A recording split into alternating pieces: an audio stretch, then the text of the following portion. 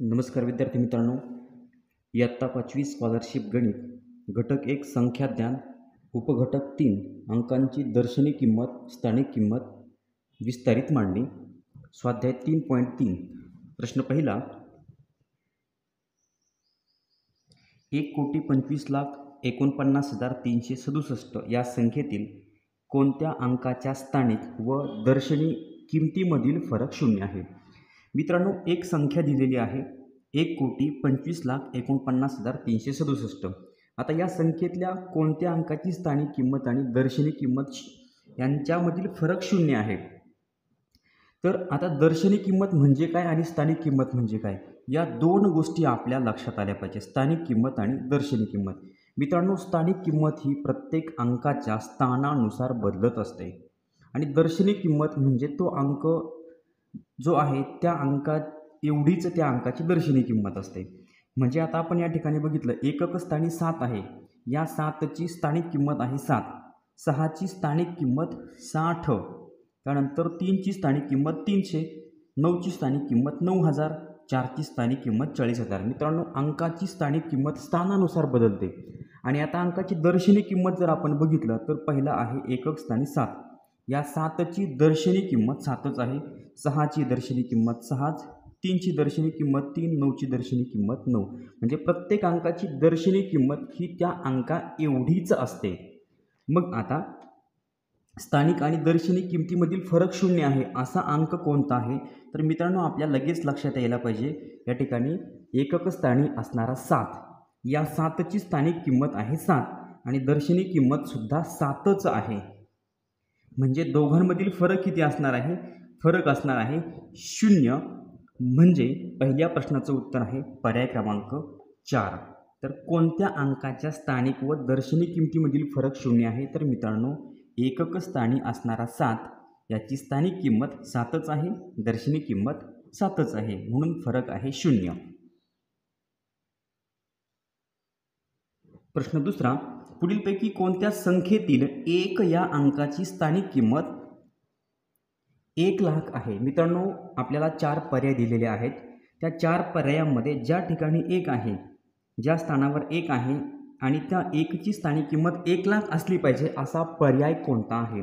तर आता पर्याय क्रमांक आपण 1चा विचार केला तर पर्याय क्रमांक 1 मध्ये 1 आहे बघा, एकक दशक शतक हजार, 10,000 लाख आणि 10,00,000, 10,00,000 स्थानी आहे, म्हणजे या 1ची स्थानिक किंमत आहे 10,00,000, म्हणून हा पर्याय चुकीचा आहे।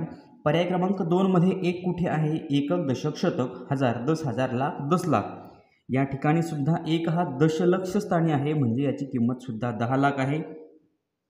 त्यानंतर पर्याय क्रमांक 3 मध्ये असणारा 1 एकक दशक शतक हजार, 10,000 आणि लाख, मित्रांनो हा 1 आहे लक्ष स्थानी म्हणजे लाख स्थानी, म्हणून या 1ची स्थानिक किंमत आहे 1,00,000, म्हणून दुसऱ्या प्रश्नाचं उत्तर आहे पर्याय क्रमांक 3। आणि मित्रांनो पर्याय क्रमांक 4 मध्ये सुद्धा आपण बघितलं तर या 1ची स्थानिक किंमत किती आहे, एकक दशक शतक हजार, 10,000 लाख, 10,00,000, हा सुद्धा दशलक्ष स्थानी आहे, म्हणजे याची स्थानिक किंमत सुद्धा 10,00,000च आहे, म्हणून दुसऱ्या प्रश्नाचं उत्तर आहे पर्याय क्रमांक 3। प्रश्न तिसरा, 34,597 या संख्येतील दशक व हजार स्थानच्या अंकांच्या स्थानिक किमतीची बेरीज व या संख्येतील सर्व अंकांच्या स्थानिक किमतीची बेरीज यामधील फरक किती। मित्रांनो आपण संख्या जी आहे ती अगोदर लिहून घेऊया। 34,597 या संख्येतील दशक स्थानी आहे 9 आणि हजार स्थानी आहे 4। हजार स्थानच्या अंकांच्या स्थानिक किमतीची बेरीज म्हणजे यांच्या स्थानिक किमतीची बेरीज किती होईल मित्रांनो, 4,000 अधिक 90 बरोबर 4,090 व या संख्येतील सर्व अंकांच्या स्थानिक किमतीची बेरीज। मित्रांनो सर्व अंकांच्या स्थानिक किमतीची बेरीज जर केली तर त्या संख्ये एवढीच येणार आहे, म्हणजे बघा या ठिकाणी या 7ची स्थानिक किंमत आहे 7, 9ची स्थानिक किंमत आहे 90, 5ची स्थानिक किंमत 500 अधिक 4ची स्थानिक किंमत 4,000 अधिक 3ची स्थानिक किंमत 30,000, म्हणजे सर्वांची जर बेरीज केली तर तेवढीच येणार आहे 34,597 97. तर आपल्याला काय विचारले, सर्व अंकांच्या स्थानिक किमतीची बेरीज यामधील फरक म्हणजे 4090 आणि 34597 यामधील आपल्याला फरक शोधायचा आहे. फरक म्हणजे आपण वजाबाकी करणार. सगळ्यात अगोदर मोठी संख्या अगोदर लिहून घेऊया आपण. 34597 वजा 4090. मित्रांनो 787, 9तून 9 गेले 0, 5 4तनं 4 गेले 0, 3 उत्तर आलं 30,507. म्हणजे तिसऱ्या प्रश्नाचं उत्तर पर्याय क्रमांक 1 30,507. प्रश्न चौथा, 77,02,509 ही संख्या अंकात लिहिताना 77,20,509 अशी लिहिली तर उत्तर कितीने चुकले? मित्रांनो संख्या आपल्याला लिहायची होती 77 लक्ष म्हणजे 77,02,509 अशी संख्या लिहायची होती. 77,02,509 ही संख्या अंकात लिहिताना 77,20,509 अशी लिहिली. म्हणजे अशी लिहायची होती तर लिहिली 77,02,000 ऐवजी 20,000 लिहिले आणि 509 या ठिकाणी तसेच आहेत. म्हणजे या ठिकाणी ही चुकलेली आहे. तर दोघांमध्ये किती फरक होईल? तर या ठिकाणी आपल्याला वजाबाकी करावी लागेल. फरक म्हटलं की आपण वजाबाकी करणार. वजाबाकी म्हटल्यावर मोठ्या संख्येतून लहान संख्या वजा करणार. 77,20,509 वजा 77,02,509. मित्रांनो 9तनं 9 गेले 0, 0तनं 0 गेला 0, 5तनं 5 गेले 0. आता 0तून 2 जाऊ शकत नाही म्हणून हा 0 वर लिहिला. त्यानंतर 2कडनं हातचा घेतला, 2च्या जागी 1, 10तनं 2 गेले खाली राहिले 8, 1 1, 7तनं 7 गेला 0, 7तनं 7 गेला 0.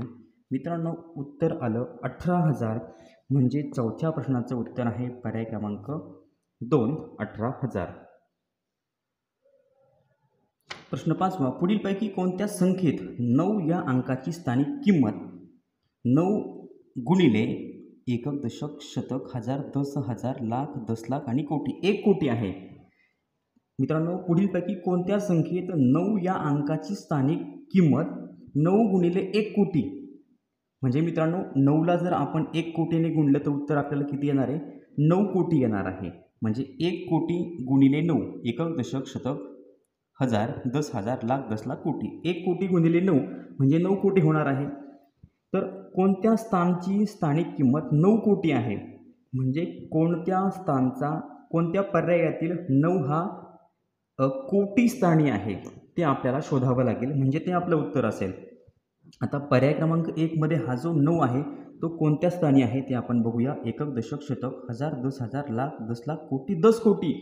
10 कोटी स्थानी आहे म्हणजे उत्तर आपलं चुकेल. आपल्याला 9 हा कोटी स्थानी पाहिजे, 10 कोटी स्थानी नको, म्हणून पर्याय क्रमांक 1 चुकीचा. पर्याय क्रमांक 2 एकक, दशक, शतक, हजार, 10,000, लाख, 10 लाख, कोटी, 10 कोटी या पर्यायामध्ये सुद्धा 9 हा 10 कोटी स्थानी आहे म्हणून हा पर्याय सुद्धा चुकीचा आहे. पर्याय क्रमांक 3 मध्ये बघितलं एकक, दशक, शतक, हजार, 10,000, लाख, 10 लाख, कोटी. मित्रांनो हा 9 आहे कोटी स्थानी म्हणून 5व्या प्रश्नाचं उत्तर आहे पर्याय क्रमांक 3. आणि पर्याय क्रमांक 4 मध्ये असणारा 9 हा कोणत्या स्थानी आहे ते पण आपण बघूयात. एकक, दशक, शतक, हजार, 10,000, लाख, 10 लाख हा 10 लाख स्थानी आहे म्हणजे याची स्थानिक किंमत किती होईल? 90 लाख होईल. पण आपल्या 5व्या प्रश्नाचं उत्तर आहे पर्याय क्रमांक 3. प्रश्न 6वा, एका 10 अंकी संख्येच्या अब्जस्थानी 5 हा अंक असून शतक स्थानी 7 हा अंक आहे. उर्वरित सर्व स्थानांवर एक हाच अंक असल्यास ती संख्या अक्षरात कशी लिहाल? मित्रांनो संख्या आहे 10 अंकी. 10 अंकी संख्या आहे ज्यामध्ये अब्जस्थानी आहे 5. बघा अब्जस्थानी 5, 10 अंकी संख्या म्हणजे त्या ठिकाणी ती अब्जस्थानी अब्ज संख्या असणार आहे जिच्या अब्जस्थानी 5 आहे.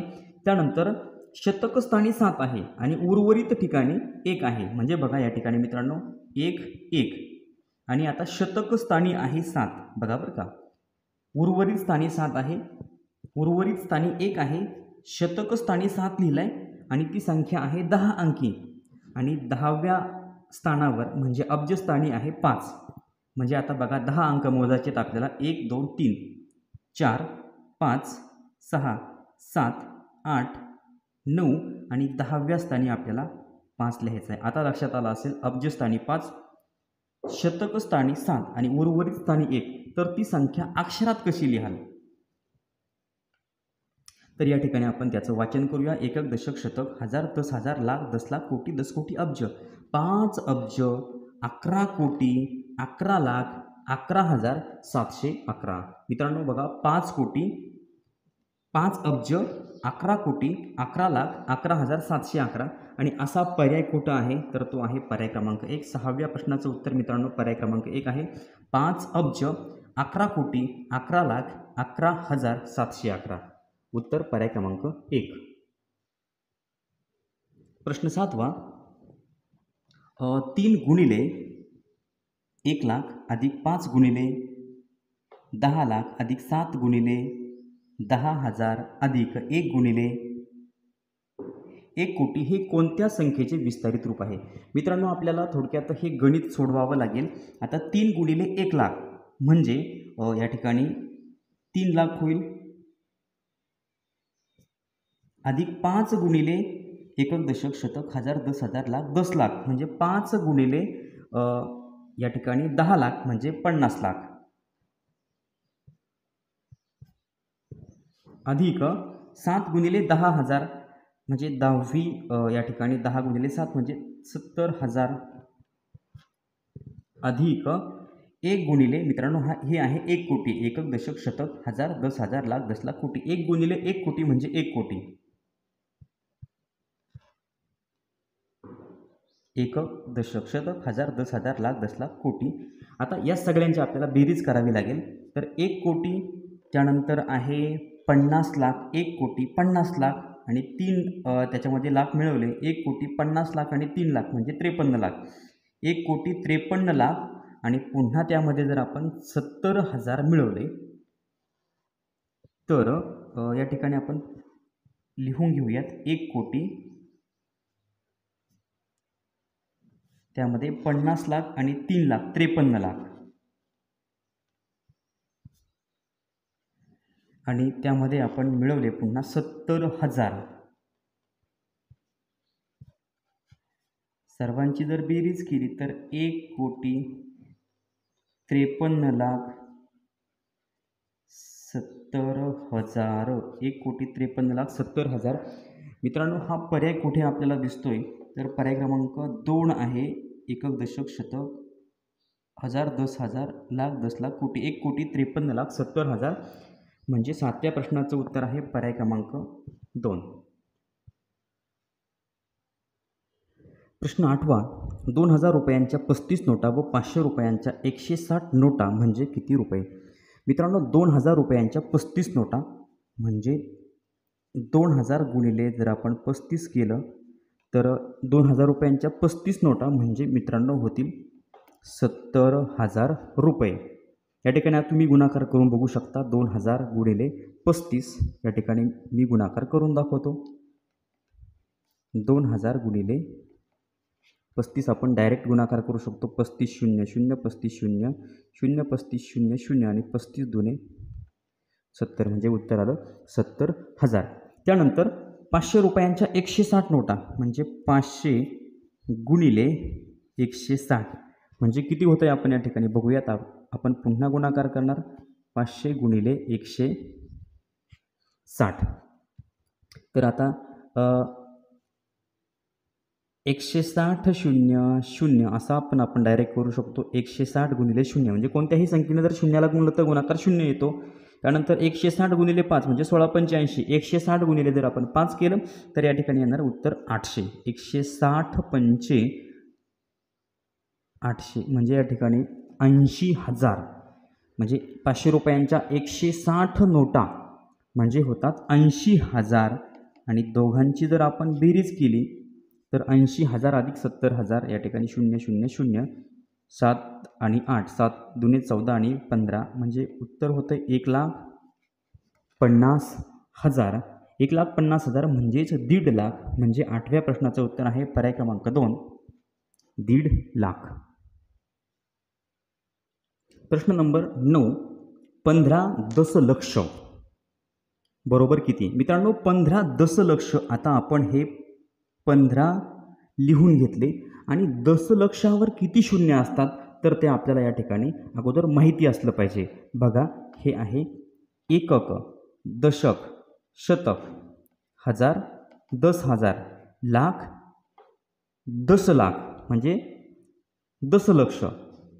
म्हणजे या ठिकाणी मित्रांनो हे शून्य झाले किती? आता दशलक्ष स्थानी या ठिकाणी हा अंक असणार आहे. दशलक्ष जर ही थोडक्यात संख्या असेल, म्हणजे 10 लाख ही जर संख्या असेल तर याच्यावरती शून्य किती असतात?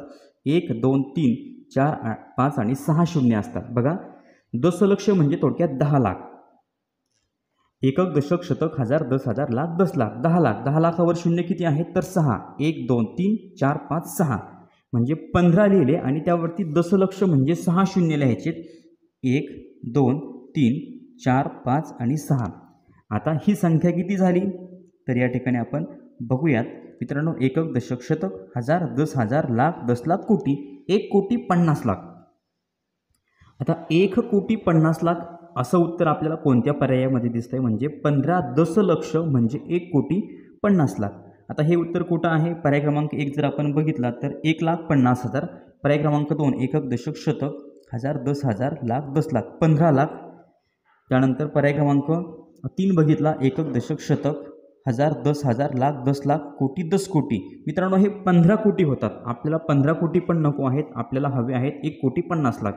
आता पर्याय क्रमांक आपण 4 बघितला एकक, दशक, शतक, हजार, 10,000, लाख, 10 लाख आणि कोटी. मित्रांनो 1,50,00,000 म्हणजे 9व्या प्रश्नाचं उत्तर आहे पर्याय क्रमांक 4. आपण अगोदर 15 लिहून घेतले आणि त्यानंतर दशलक्ष, दशलक्ष स्थानच्या अंकावर एकूण 6 शून्य असतात म्हणून 15च्या समोर आपण 6 शून्य लिहिले, ती संख्या झाली 1,50,00,000. 9व्या प्रश्नाचं उत्तर पर्याय क्रमांक 4.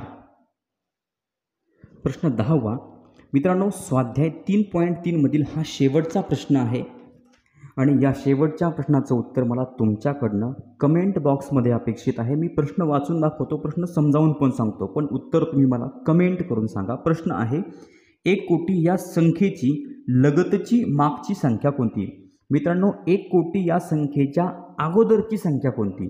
म्हणजे आता आपण 2 हा अंक जर घेतला आणि 2च्या अगोदरची संख्या कोणती आहे? तर 2च्या अगोदरची संख्या आहे 1, 2च्या नंतरची संख्या आहे 3. आपल्याला विचारलं 1 कोटी या संख्येच्या लगतची मागची, म्हणजे 1 कोटीच्या अगोदर कोणती संख्या असते? ती संख्या आपल्याला 4 पर्यायांमध्ये दिलेली आहे.